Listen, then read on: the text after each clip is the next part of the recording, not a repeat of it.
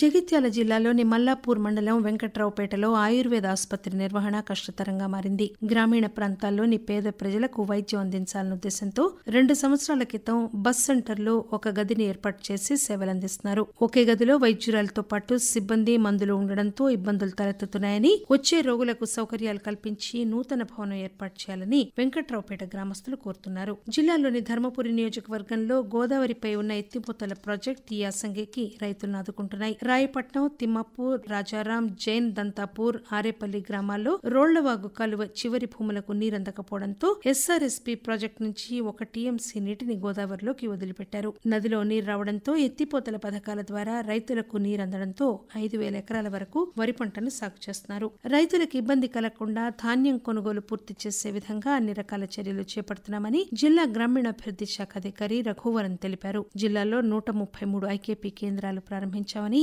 డబ్బుల చెల్లింపు కోసం ఆధార్ కార్డు, పట్టా పాస్బుక్, బ్యాంకు వివరాలు రైతులు అందజేసే టోకెన్ నంబర్ నమోదు చేసుకోవాలని విజ్ఞప్తి చేశారు. కోరుట్ల పట్టణంలోని ప్రభుత్వోన్నత పాఠశాలలో విద్యార్థులు సైన్స్ ప్రయోగాలు చేసినందుకు ల్యాబ్ అందుబాటులో లేకపోవడంతో విద్యార్థులు ఇబ్బందులు ఎదుర్కొంటున్నారు. పాఠశాల భవనం పూర్తిగా శిథిలమైపోవడంతో విజ్ఞాన శాస్త్ర పరికరాలను ఓ మూల పడవేశారు. 4 ఏళ్ల క్రితం ల్యాబ్ నూతన భవన నిర్మాణం కోసం 5 లక్షల రూపాయలు మంజూరైనప్పటికీ గుత్తేదారు భవన నిర్మాణాన్ని అసంపూర్తిగా వదిలడంతో విద్యార్థులు తీవ్ర ఇబ్బందులు ఎదుర్కొంటున్నారు. పెగడపల్లి మండల కేంద్రంలో 2,20,00,000 రూపాయల అంచనా వ్యయంతో నిర్మించ తలపెట్టిన సమీకృత బాలుర వసతి గృహ నిర్మాణం పూర్తిగాక విద్యార్థులు ఇబ్బందులు ఎదుర్కొంటున్నారు. 2 సంవత్సరాల క్రితం ప్రభుత్వం నూతన భవనం కోసం నిధులు మంజూరు చేయగా ఉన్నత పాఠశాల స్థలంలోనే నిర్మాణం పనులు ప్రారంభించారు. బిల్లుల చెల్లింపులు జరగడం లేదని గుత్తేదారు ఏడాది క్రితం పిల్లర్ల దశలోనే పనులు నిలిపివేయడంతో భవన నిర్మాణం పూర్తిగా నిలిచిపోయింది. విద్యార్థుల భవిష్యత్తును దృష్టిలో ఉంచుకుని భవన నిర్మాణం త్వరగా పూర్తి చేయాలని పెగడపల్లి గ్రామస్తులు కోరుతున్నారు.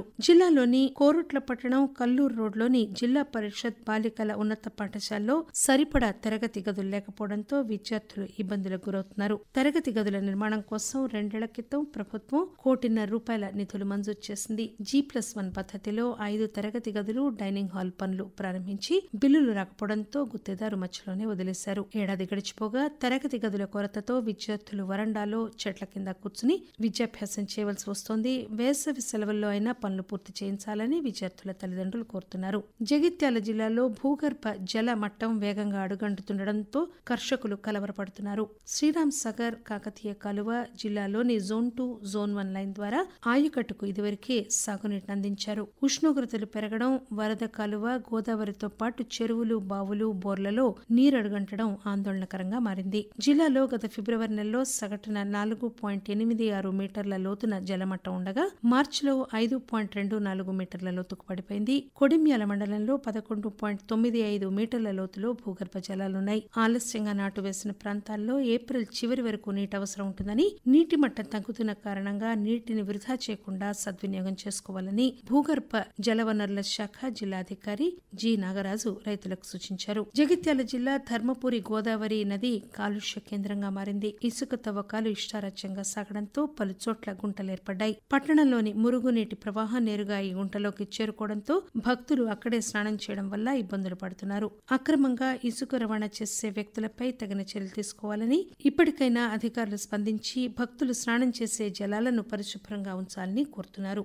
అమృత్ 2.0 కింద జగిత్యాల జిల్లాలో 6 చెరువుల సుందరీకరణకు ప్రభుత్వం నిధులు మంజూరు చేసిందని, చెరువు అభివృద్ధి కోసం ఈ నిధులు ఉపయోగపడతాయని మున్సిపల్ ఇంజనీర్ డిఈ వరుణ్ తెలియజేశారు. తాజాగా అమృత్ 2.0 పథకం ద్వారా చెరువులను బలోపేతం చేయడం, మురుగు నిలవకుండా పరిసరాలను ఆహ్లాదకరంగా తీర్చిదిద్దేలాగా చర్యలు చేపట్టనున్నట్లు డిఈ తెలియజేశారు.